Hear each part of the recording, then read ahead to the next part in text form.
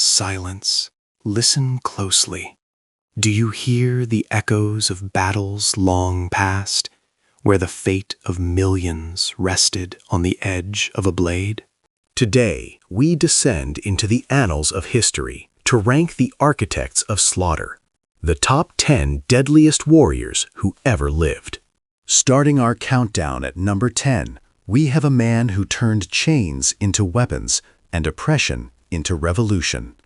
Spartacus. A gladiator thrust into servitude, Spartacus's combat expertise was honed in the brutal arena of Capua. He didn't just fight, he taught thousands of escaped slaves to defeat the most powerful army in the world, Rome. His deadliest skill wasn't strength, but his ability to transform disorganized men into a disciplined, lethal force. Spartacus repeatedly crushed elite Roman legions sent to suppress the revolt, humiliating the Republic. At the Battle of the Salarius River, he charged directly into the heart of Crassus's forces, seeking the general himself.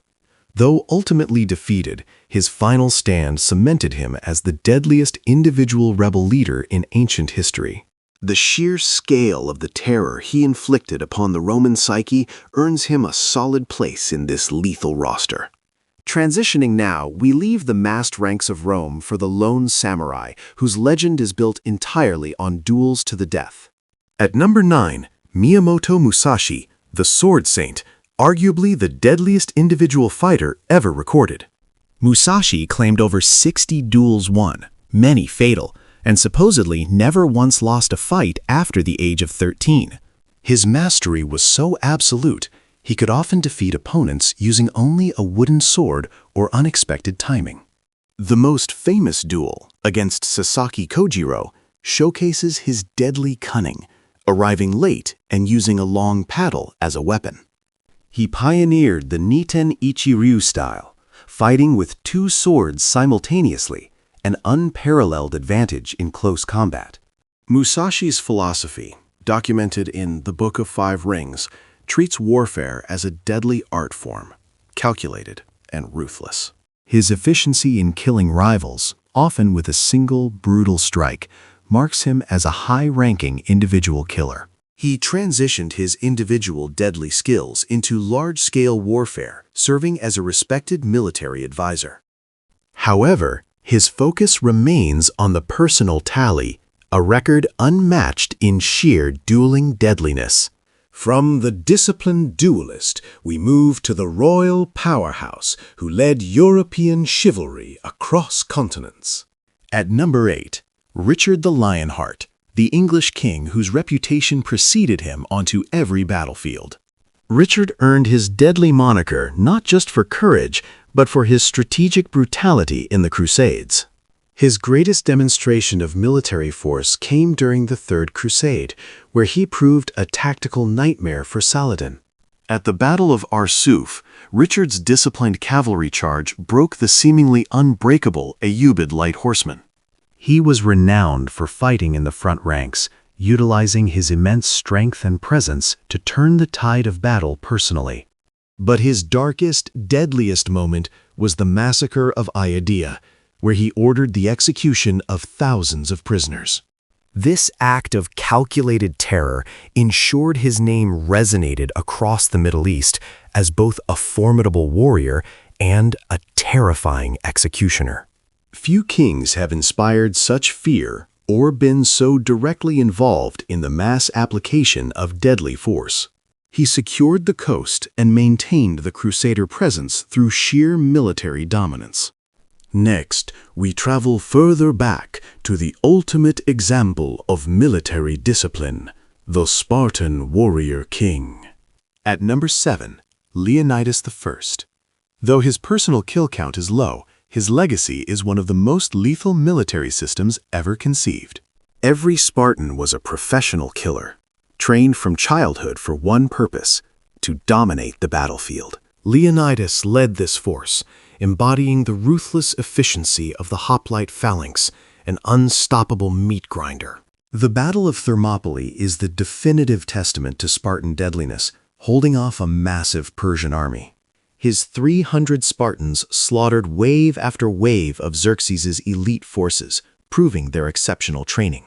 They utilized their discipline to fake retreats, turning suddenly to unleash devastating counterattacks.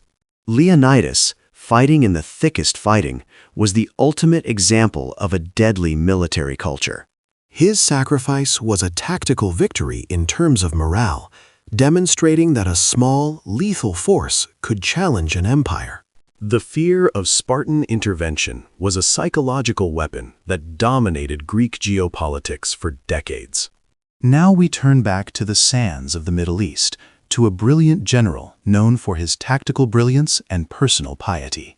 At number 6, Saladin, the Ayyubid Sultan who unified the Muslim world and mastered the art of cavalry warfare.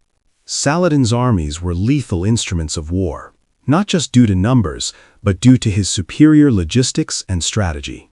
His greatest triumph, the Battle of Hattin, annihilated the Crusader forces, directly leading to the fall of Jerusalem. Saladin trapped the Crusaders, using heat and thirst as deadly weapons before launching the decisive attack. His ability to maintain cohesion and motivate diverse armies across vast territories was a deadly administrative skill. Even Richard the Lionheart admired his capabilities, recognizing him as an equal in strategic lethality. Saladin mastered the use of skirmishing and attrition, slowly grinding down superior European heavy infantry. He achieved a massive territorial conquest, removing the Crusader threat almost entirely through calculated military pressure. His deadly efficiency in achieving his goals, while often showing mercy, set a dangerous precedent for future military leaders. Next, we jump back to the fierce rivalries of the ancient world, defined by a Carthaginian general who defied Rome. At number 5, Hannibal Barca, a man whose name alone struck terror into the hearts of every Roman citizen. Hannibal's military genius lay in audacity and decisive tactical maneuvers that resulted in unparalleled slaughter. Crossing the Alps was a deadly feat in itself, but it allowed him to unleash his fury directly onto the Italian peninsula. The Battle of Cannae remains his masterpiece, a perfect double envelopment that resulted in the deaths of over 50,000 Romans in a single day. Cannae demonstrated that mass casualty events could be strategically planned and executed with terrifying precision. No other general in history inflicted such catastrophic losses on Rome within such a short period of time. For 15 years, Hannibal remained an existential threat, perpetually raiding and defeating armies on Rome's home soil. His tactics are still studied today, a blueprint for decisive, lethal victory through strategic positioning. Hannibal proves that military commanders who maximize enemy casualties are among the deadliest forces of all time. Our ascent continues toward the top 4, starting with the man who conquered Gaul and redefined the Roman Republic. At number 4, Gaius Julius Caesar, a commander whose relentless ambition and ruthless efficiency killed millions. Caesar was a master of logistics, siege warfare, and inspiring unshakable loyalty in his highly lethal legions. His campaigns in Gaul were an unrelenting war of annihilation designed to secure the Roman border permanently. Historians estimate Caesar's wars in Gaul alone resulted in the deaths of over 1 million people, either directly or indirectly. The Siege of Alesia is a tactical marvel, where Caesar famously defeated the Gauls while simultaneously repelling a massive relief force. His soldiers were capable of incredible feats of engineering and stamina, making them an extension of his deadly will. Caesar didn't just conquer enemies, he systematically eliminated them as viable threats to Roman dominance. His willingness to turn his legions on Rome itself during the Civil War confirms his status as a warrior who prioritized power above all. The scale of destruction he commanded cemented the foundation of the Roman Empire, built upon mountains of casualties. We now enter the realm of true global terror, beginning with the man known simply as the Scourge of God. At number 3, Attila the Hun, the supreme horseman and destroyer of both the Eastern and Western Roman empires. Attila's armies operated with unparalleled savagery, relying on fast horse archery and brutal close combat. His primary strategy was terrifying psychological warfare. Cities would empty merely upon hearing the Huns were approaching. He repeatedly ravaged the Balkans, extracting impossible ransoms from Constantinople and leaving widespread devastation. The Battle of the Catalonian Plains, though technically a draw, stopped his advance but confirmed his army's immense destructive power. Attila's military machine was a unique synthesis of numerous nomadic tribes, unified solely by his deadly charisma. He wielded devastation as a political tool, understanding that total war made subsequent conquest easier. The fear he instilled led to mass migrations and the permanent destabilization of European civilization. Attila was not just a warrior, he was an agent of global demographic change driven by violence. We move now to the bronze medalist, the man whose shadow stretches over more continents than any other conqueror. At number 2, Genghis Khan, the founder of the Mongol Empire, the largest continuous land empire in history. Genghis Khan's deadliness is measured not in personal duels, but in the incomprehensible scale of his military conquests. Under his command, the Mongols slaughtered untold millions, conquering over 12 million square miles of territory. His armies were lethal because of their discipline, mobility, communication, and absolute lack of mercy toward resistance. Cities like Bukhara and Samarkand were devastated, their populations extinguished to set a chilling example for future enemies.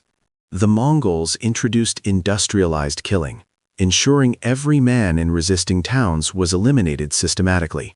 Khan's leadership transcended tactics. It was about transforming nomadic tribes into the single most effective military force history had seen. His invasions caused measurable drops in global carbon dioxide levels due to the mass depopulation and farmland reclamation. Genghis Khan redefined the term deadly warrior from individual strength to sheer civilization-ending destructive capability. The terrifying legacy of the Mongol horde is why Khan ranks so high, having mastered the art of total war. Before we reveal the deadliest warrior of all time, here are 3 rapid-fire honorable mentions who just missed the cut. Tiberius Gracchus, the Roman legionary, who single-handedly saved his entire army from barbarian attack. And Ragnar Lothbrok, the Viking legend, who mastered raiding and terrified medieval Europe. Finally, Oda Nobunaga, the Japanese unifier, who destroyed the power of the samurai with gunpowder and ruthless strategy. Now, the moment of truth. The undisputed number 1. The conqueror, whose achievements may never be surpassed. At number 1, Alexander the Great, the Macedonian king who conquered the known world before his 33rd birthday. Alexander is the deadliest warrior because he was tactically flawless, personally fearless, and universally successful. He never lost a single battle, deploying the devastating Macedonian phalanx and the deadly companion cavalry. His conquests spanned from Greece to India, dismantling the massive Persian Empire in a matter of years. At the Battle of Gaugamela, Alexander decisively broke Darius III's vastly superior forces through pure tactical genius. He led from the front, taking massive risks that often paid off, inspiring fanatical loyalty and terrifying opponents. His skill in siege warfare was unmatched, exemplified by the capture of Tyre, an island fortress thought impenetrable. The speed and relentless nature of his campaigns fundamentally changed global history and warfare. His victories over the Indian king Porus, despite using elephants, showcased his adaptability and personal valor. Alexander's death left a legacy of 3 centuries of warfare as his generals fought over the spoils of his conquests. His impact, his unparalleled tactical record, and his personal exposure to the deadliest fighting solidify Alexander as the deadliest warrior. We move now to a scene dedicated to a quick summary of the most defining acts of mass casualty led by our top three. Alexander the Great, undefeated streak, and the collapse of the Persian Empire. Genghis Khan, conquest of a third of the known world, resulting in millions of casualties. This psychological weapon of fear used to systematically destroy large swaths of Europe. The strategic perfection of Cannae, annihilating 50,000 Romans in one afternoon. The calculated genocide of Gaul to secure and consolidate an empire. The unified force that expelled the Crusaders and secured the Holy Land. Leonidas, the legendary example of Spartan lethal discipline that killed countless Persians. Richard the Lionheart, tactical brilliance in the Crusades coupled with ruthless mass execution. The greatest individual swordsman, defining individual deadliness. And Spartacus, the rebel who taught slaves to overthrow the might of Rome, igniting the largest slave revolt. Each of these men, in their own context, represents the pinnacle of martial prowess and destructive capability. Their stories serve as a dark reminder of the human capacity for both organized military genius and brutal mass violence. The world they left behind was irrevocably shaped by the battles they fought and the lives they ended. But the debate always rages. Does sheer kill count outweigh strategic genius, or does individual mastery matter most? Our ranking weighed the totality of their impact, tactical legacy, political outcomes, and total lives affected. Alexander the Great's perfect record and foundational change across continents made him untouchable. But we invite you to tell us your opinion. Who do you think deserves the title of the deadliest warrior who ever lived? Was it the relentless ambition of Julius Caesar, or perhaps the sheer, terrifying power of Genghis Khan? Tell us in the comments below who we missed or who deserves a higher ranking on this list. If you are fascinated by the greatest stories of conflict and conquest, you have found the right channel. We delve deep into the military history that shaped our modern world, one epic figure at a time. Thank you for watching this intense journey through history's deadliest commanders. Do not miss our next historical breakdown, coming soon to a feed near you. Finally, the most crucial instruction of all, one that ensures we can keep telling these epic stories. Don't forget to like and subscribe for more updates and ring that notification bell. Until next time, remain curious.